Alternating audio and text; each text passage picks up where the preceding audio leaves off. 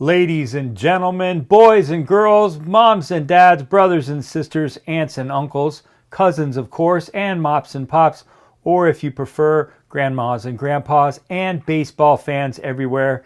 Welcome to the second week of the Valley Baseball League's video podcast. We had an exciting week one. If you've missed it, we started off with Bruce Alger, president and commissioner of the Valley Baseball League. Then we talked to Brett Fuller.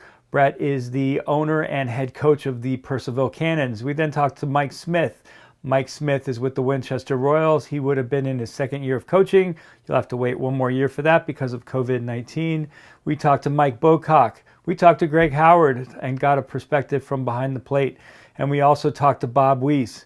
Just a quick overview of the Valley League before we go into today's interview. The Valley League includes 11 teams, and it's broken into two divisions. There's the Northern Division, which includes the Purcellville Cannons, the Winchester Royals, the Strasburg Express, the Front Royal Cardinals, the Newmarket Rebels, and the Woodstock River Bandits. The Southern Division is made up of the Harrisonburg Turks, the Stanton Braves, the Waynesboro Generals, the Covington Lumberjacks, and the Charlottesville Tom Sox. The Valley League plays a 42-game regular season, and then we play a best-of-3 playoff series. The top 4 teams from each division play a best-of-3 series, and in 2 rounds we're down to the championship round, and North plays South. We also have an all-star game in and around the 5th, 4th of July.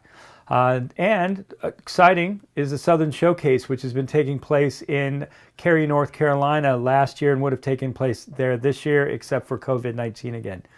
All right, so that's a little primer on the Valley League. Why is that important? That is important because in our second week of Valley League podcast, we are going to get into the Southern Division. Last week, we focused primarily on the Northern Division teams, and in week 2, we're going to be focusing on the Southern Division. So look forward to that. Plus, we have an added treat. There are 2 books written about the Valley League. One was written by Chaz Weaver, and another one, Safe at Home, was written by Austin Grizel. We will have an interview with Chaz Weaver this week. Look forward to that. We're also going to start breaking down the all-decade teams and some of the top hitters that came out of the league. One last thing before we get into today's interview. Hope you enjoyed seeing the 2018 championship matchup between the Newmarket Rebels and the Charlottesville Tom Sox. That series only went 2 games, but here's a trivia question for you. How many players from that series went on to play pro? Let me know. VBLeague at isomermedia.com. VBLeague at isomermedia.com. All right, let's get into today's interview. We had a chance to sit down with Steve Shifflett. Steve is the assistant to Bruce Alger, and he's also deputy commissioner of the Valley Baseball League. Give a listen to this interview between Joe Harmon and Steve Shifflett. Hey, good afternoon, ladies and gentlemen. Thank you for joining us. I'm Joe Harmon for Isomer Media. Joined with us today is Steve Shifflett. He's the deputy commissioner to the president for the Valley Baseball League. Steve, thanks for joining us. You're quite welcome. Glad to be here. Steve, I want to get your thoughts on a couple of things about the canceling of the season. But before we do that, can you tell me a little bit about what your role in the league is? My role is more or less a liaison officer between the league and the umpires, and I take care of all the rule changes, make sure everyone's informed of rule changes from year to year, take care of all ejections and hand out penalties for ejections. Sounds like you're the enforcer. I guess, yeah, for lack of a better term. So when you guys show up for the end of season banquet with all the players there, are you like the one that everybody grumbles at when you walk in the room? Not really. It's a pretty good relation. I think I have a pretty good relationship with everybody. Well, that's good. I'm sure you do. Yeah. How long have you been with the league now? Well, I umpired with the league about 15 years, and I've been in this job for the last 5. All right. So you're a VBL veteran. Yes. So did you ever think that you would see a summer with no Valley baseball? No, this is the strangest thing I've ever seen. I grew up, I think I saw my first Valley League game when I was 5 years old, and, it's been here ever since I can remember. And yeah. What was your reaction when you heard the news that the season was going to be canceled? My reaction when I heard the news was relief, actually, Really? because there would have been so many things to have worked through, so many obstacles to overcome, not the least of which would have been safety for the players, the host families, everyone involved. So the right decision was made. Yeah. Yeah. Well, I think we all agree that it was definitely the right decision. It's a hard one even to come to terms with even now after it's been about a month, but Right. so, well, let's think about, you've got 20 some years with the league. Tell me, what are some of the best moments that you can remember from your time in the league? What are some moments that stand out to you on the field as great highlights of your career? The people that I've gotten to know, Yeah. the umpires, everyone from umpires to getting to know a guy like Mo Weber. He was an icon with this league. Yeah. Just the people you get to know and the fans, there's some interaction with fans, so over the years, the fans get to know the umpires just as they get to know the players. And it was, I just have to say, the human contact. The human contact. That's what it makes it so great, isn't it? And the stories, the people we get to meet and the stories we get to share. Yeah. Do you have a favorite story from the people you've met, like an interaction that really stands out? Well, I can tell you, I'm actually doing I have a spiral notebook of anecdotes and things that have happened to me in the years playing and, umpiring, being around, and things like that. But sometimes I've run into coaches and they actually want, you can tell, and a coach wants to get thrown out. And it's been a thing where I'm not going to say who the coach was or anything like that, but, he comes by me and says, "Steve, just go ahead and throw me out." And it was a bad game. It was just one of those games. It was bad. Get out of there, really. Everybody's making errors. Everybody's just really bad game, start to finish. And it happened. Yeah. And I told him, no, if I have to stay here and watch this, I'll stay here and watch this too. And as he walked away, he looked at me and said, "We'll see." Uh-huh. And before 3 pitches went by, there was a bucket of baseballs laying on the field, and I had ejected. So I guess he got the last laugh on me on that one. Oh, that's great. That is a great story. Yeah. Well, Steve, since we got you here, let me ask you, looking ahead to 2021 and beyond, what are some things that you think the Valley League can do to improve generally, to get better from an umpiring or a player's perspective? And from your perspective, what are some things that can be done? Well, from an umpiring perspective, Greg Howard, who's our umpire signer and gets the umpires, having umpired for him and his predecessors, and I would say I would put the group of umpires in the Valley League up against any league like this country. There's guys from College World Series umpires. Every umpire is a college umpire. Right. So I know I'd probably get some arguments from some coaches and general managers and stuff like that about in some situations, but yeah, I think overall the umpiring's great. I think it's a great thing now that we're going to have, we'd be streaming games, and it's nice to be able, from my perspective, it's nice to be able, if something happens, I can go back and actually look at a video. Yeah.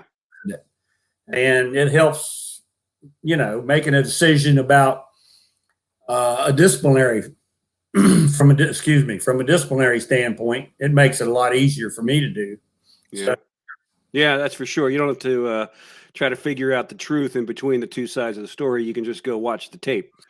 Yeah, and the thing about it, actually, everything that's right now, umpires can't take a day off. Mm. If that makes sense. I don't know. Because everything's on video, you got to figure you're on video every time. So you have to be on all the time, and you just can't get away with doing anything really just stupid. Right. So, right. Yeah. And that goes for all of us too now with social media too. yeah. Yeah. You have to watch it. Yeah. Well, it's a double-edged sword. So, yeah. Yeah. Well, speaking of technology in umpiring and in baseball overall, particularly at the major league level, what are your thoughts as a seasoned umpire on bringing in the computers to call balls and strikes? I'm not a fan of it. Yeah. Can you tell us why? Well, it takes, baseball's been baseball forever. Now, it's evolved over time and everything. And I agree with the replay. I do agree with the replay thing.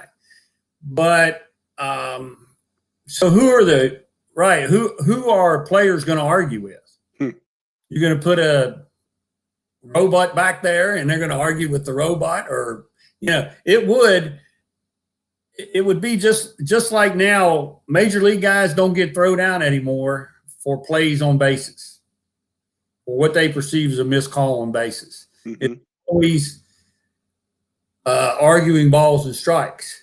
And I'll share something with you. I've been, I don't know how many umpire camps I've been to.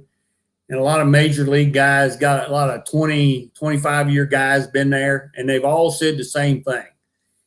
If you see 300 pitches in a game, in a 9-inning game, you may see 300 pitches. If you get 95% of them right, you've had a great game. But if you think about it, it means you missed 15 pitches. Yeah, 95% is a pretty good success rate for anybody. I don't care what kind of line. Then you think, well, you missed 15 pitches. But, we're not talking about stuff that bounces in the dirt and you call it a strike. And, right. It's just everybody tries to establish their strike zone and you try to go from there. Right. And you're going to hear about those 15 pitches all day long. Yeah, you hope you can maintain that through a 9-inning game. And, it's just – I'm just not in favor of you call me old school, I guess. I'm old. I'm just not in favor of having robots calling balls and strikes. Yeah, well, I hear you. I think that's a great perspective. Your insight is, of course, very unique and valuable. So, it's not up to either one of us as to what's going to happen on the major league level. But yeah, and it has a trickle down effect in somewhat. Like major league rules, some of them have trickled down to the NCAA level, and then they'll eventually trickle down to a high school level. And we've even had college rules that have trickled up to the major league level, like the forced play slide rule. Mm-hmm. I've been in college baseball for a long time, and now, Major League Baseball put it in a few years back. So you can't just go out after somebody try to hurt them. So yeah, that's made it better. All right, Steve. So how are you going to stay busy this summer? Well, I guess I'll do a lot of mowing. Yeah. Maybe I'll start cutting wood. I don't know. We have some property back here. I might go out, take a chainsaw out, cut some wood. I don't know. You gonna have some people throw balls and strikes just to stay sharp on your skills to you in the backyard? Yeah, well, and we're with the guys that I know that are umpires. It's that's the one thing I miss about not umpiring in the Valley League anymore. It's the camaraderie with the guys. Of course, you bounce ideas off people and you see things that happen and everything. And it's not just with the umpires, it's with the players and stuff. It's like baseball is a unique game where I don't know how many things can happen at any one time. And the rules, I've officiated all three major sports, basketball, football, baseball, but baseball is the most unique one because it has so many gray areas in the rules. And, it just makes – there's a lot of things you can talk about. Is, you can go out and do a game and you may see something even as long as I've been doing it that I've never, ever seen before. Really? Just don't know. Just don't know when it'll happen. Yeah. Hey, I want to take a minute to encourage you to subscribe, like, and share us. By subscribing to our YouTube channel, you'll be notified each time we post new content. By the way, we will be posting every day at game time. That's 7 p.m. Eastern. So expect for the next 4 months to see new content from us every night, 7 p.m. on our YouTube channel. Like us and share us on all your favorite Facebook pages, and please write us back. We'd love to hear from you. If you'd like to email us, you can email us at VBLeague, Valley Baseball League. It's just VBLeague at isomermedia.com. That's ISOMERMEDIA, VBLeague at isomermedia.com. You can also message us on Facebook, Twitter, Instagram, whatever works for you. We'd love to hear from you. If you've got ideas for things you want us to cover, or you've got questions, or you've got a point you'd like to make, we encourage your feedback. This is, after all, a two-way conversation.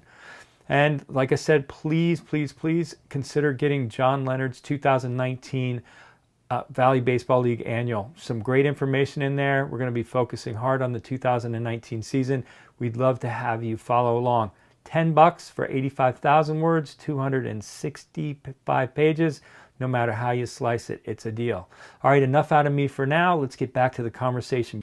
Hey, another thing I want to get your take on, being from the officiating side of the game, the controversy surrounding the Houston Astros and the cheating scandal and stealing signs, and having won the World Series while doing it. When we're talking about a baseball in general and a game where you got to be super fast, you got to be super patient, you got to be all these things that no other sport really asks of you, but we're allowed to steal bases in baseball. Why aren't we allowed to steal signs? What's your take on that? Well, I'm going to say it like this. This is what I thought about, and just discussing with some other people about it. I said, you know what? The guy said, well, he's still got to hit the ball. And I said, well, let me tell you something. If you know it's a fastball coming instead of a changeup, curveball, something like that, that makes it a lot easier than to just say, okay, now I'm trying to guess with this pitcher and hope I guess with him and hope I guess correctly. And, by rule, you can't steal signs. By rule, you can steal a base. So they're breaking the rule. I mean, that's my take on the whole thing. It's like saying, let me know that there's a curveball coming. And it's kind of like this. Take a guy like Steven Strasburg and they say they weren't doing it in last year's World Series. I don't know whether they were or not. But if you know he's going to be throwing a slider instead of a fastball, that just took away everything on a 2-2 pitch. So now you know what's coming. Nah, that's not. I can get the all, and it's an odd, well, not an odd thing, but I think it's a good thing about baseball. All the other stuff that you can do. But that's actually getting into the cheating. And I know there was an old NASCAR guy, Junior Johnson, that used to say, if you're not cheating, you're not trying. And that's okay. Yeah. But the way they were doing it just wasn't, I don't believe it was correct. I hear you. Well, thank you for your comments on that. And before we go, what kind of a message do you have to say to the players who we won't be seeing up and down the valley this year? What's your message to them? Well, guys, keep playing, stay in shape, do everything. We're going to be here next year. We're not going anywhere. Hopefully, they'll iron out this eligibility thing with the NCAA, and these guys that were planning on coming this year will still be able to have the experience of coming and playing in the Valley League next year. Yeah. All right. Well, thank you again, Steve. Great talking to you. Thank you. Yeah, thank you. Have a good evening. Bye. All right, that's going to wrap it up for tonight's video podcast. What can you look forward to tomorrow? You can look forward to an interview with Chaz Weaver. Chaz wrote a book in 2010 about the Valley Baseball League. This is his 10-year anniversary, and we're going to talk to Chaz about that book and dive into some of the history of the league. It's pretty exciting stuff. All right, as always, We wish you all perfect health, and we wish you all a speedy return to the baseball diamond. For the Valley Baseball League, I'm Graham Knight. Thanks for joining us tonight. We look forward to seeing you again tomorrow.